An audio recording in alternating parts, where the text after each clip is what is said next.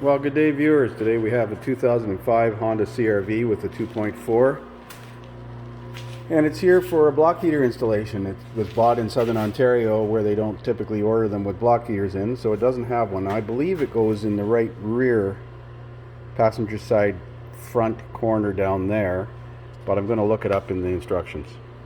So according to the literature that comes with the block heater, it's a threaded in block heater. It goes in the right rear corner, and if we look at the picture, if I can get that up here, shows the right rear corner like I thought. So we're going to have to put it up in the air and have a look, and hopefully that's accessible. So looking at the vehicle from underneath, you can see that spot directly up there. You can see that boss with the hex plug in it. That's where the block heater goes. So we have to remove that plug to allow the coolant into that passage. I hope the threads aren't oxidized too bad. It's just above the oil filter. You can see it there. And it looks to be about a 12 millimeter hex. I haven't drained the cooling system yet, but I'm going to look to see where the drain cock is. So I elected to remove the plug and let it drain into a large pan. This is the plug that's inside there. That must be removed before you install the block heater, otherwise the block heater won't live. It may be possible to install it. That's a pretty deep hole, but you need coolant submerged in that plug. So it's threaded in.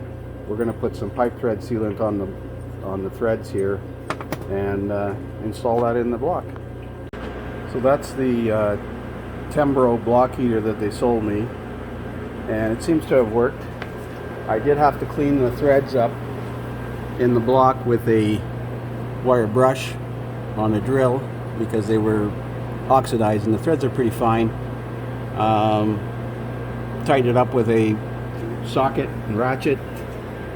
Can't really torque it because you can't get up there with a torque wrench. It was a 15/16 socket.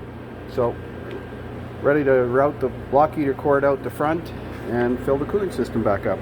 I'm refilling the cooling system. I've run the cord along the right side of the vehicle, tied it up to the brake lines and the wiring harness so it's not rubbing on the axle. I like to put it out next to the headlight, and when they're done with it they can tuck it back in here like this, because you don't want to leave it out all year round because it'll be flopping around and that'll cause the cord to fail.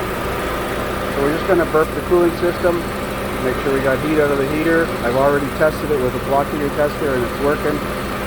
So we should be good to go. Thanks for watching.